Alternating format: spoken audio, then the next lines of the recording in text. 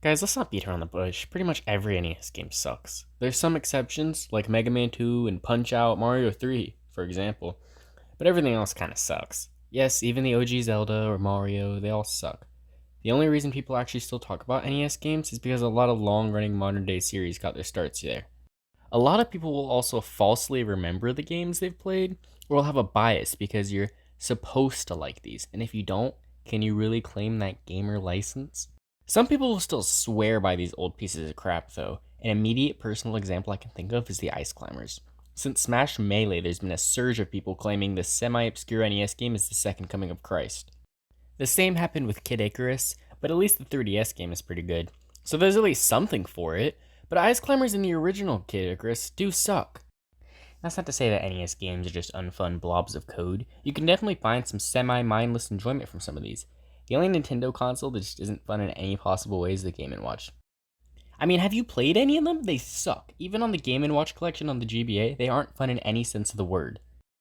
Like I said, not every NES game sucks, and there's one in particular that I'd say holds up better than any other game from that era. That game is Gimmick, or Mr. Gimmick, if you're feeling proper about it. Gimmick was released way towards the end of the NES lifetime, 1992, the year of Bill Clinton. Coincidence? I think not. By then, the Super Nintendo had already come out, and the NES had 3 years left. Obviously, there were still kids who had an NES by then, but those kids played the typical licensed game or the basics like Mario and Duck Hunt. No parent went to the store, saw Batman and Zelda on the shelves, disregarded both of them, and picked up Gimmick. Oh yeah, he's gonna love this. The game didn't sell well, if that wasn't made apparent. The game wasn't even released in North America initially. Not that it would have sold well if it had been. Honestly, if it came out sooner, it might have been a decently popular game in the States.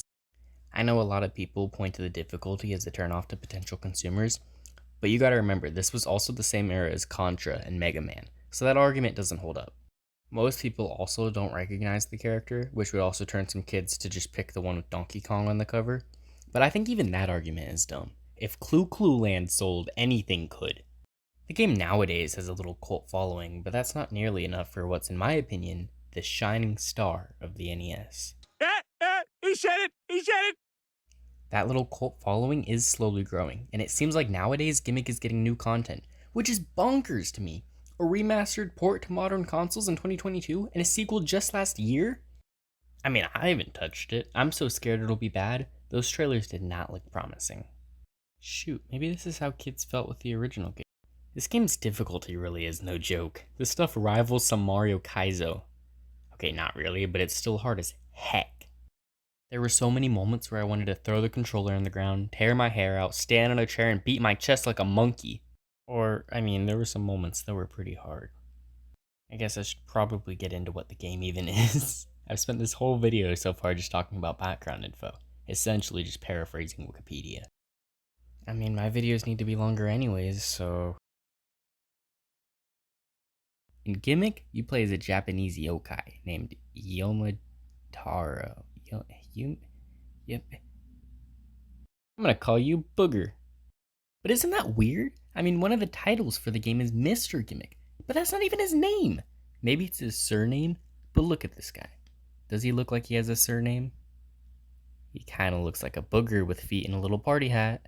There's so much story that I could only find in the Wikipedia, so I'm not even sure if it's all really canon. You do get some bit of the story in the little intro and final cutscenes, but maybe we were watching different things. Heck, up until a few days ago, when I started writing the script, I had no clue he wasn't just a possessed toy. Because literally every other toy in this universe can come to life, and the little girl treats him as a toy. And apparently that's because her dad mistook little Booger as a toy and gifted him on her birthday. Well, the girl made the mistake of actually liking her new gift, making the other toys feel neglected. So what do? Do they talk about it to her? I don't think she knows their life, but still. Do they do literally anything reasonable? No, they kidnap this little girl in their weird toy box dimension. Now it's up to the little Booger to save his best friend. Him being a yokai and not a real toy actually makes a lot more sense when you get to the gameplay. The main gimmick of this game, pun very much intended, is a star you grow out of thin air, and then you throw it on the ground. That's your only attack, but it comes in handy in more scenarios than you'd think. The physics in this game are actually really good. With the star and even your jumps, there was never a point in the game where I felt cheated because of bad controls. The game feels really nice to play. But hey, who do you even attack with your little star? Well, Disgusting black creatures. I couldn't have said it better myself. What even are these things? Are they supposed to be monsters? Are they toys the girl owned? If so, why does she own so many? I mean, yeah, there's definitely other enemy types like a bird, and those ones make sense. A girl would have those types of toys lying around. But seriously, what are these, and why are they so common? Maybe she has a bunch of dirty Kirby dolls she keeps in her toy chest? They die in one hit, as do pretty much every enemy in the game, besides obviously the bosses, which transitions me nicely over to those. The bosses are pretty good. They're no Zelda bosses, so they're kind of forgettable, but without save states and knowing the exact way to beat these things, you're gonna get a game over real quick. Luckily, I basically had an in-person guide telling me all the ways to kill them.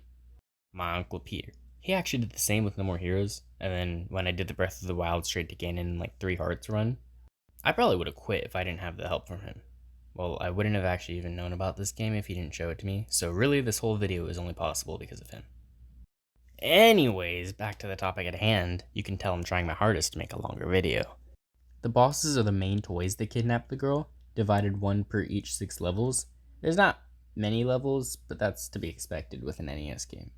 Especially not one made in-house at Nintendo. If you put the effort into it and don't collect the secret items, you could beat this game in like 10 minutes. You just gotta get really, really good.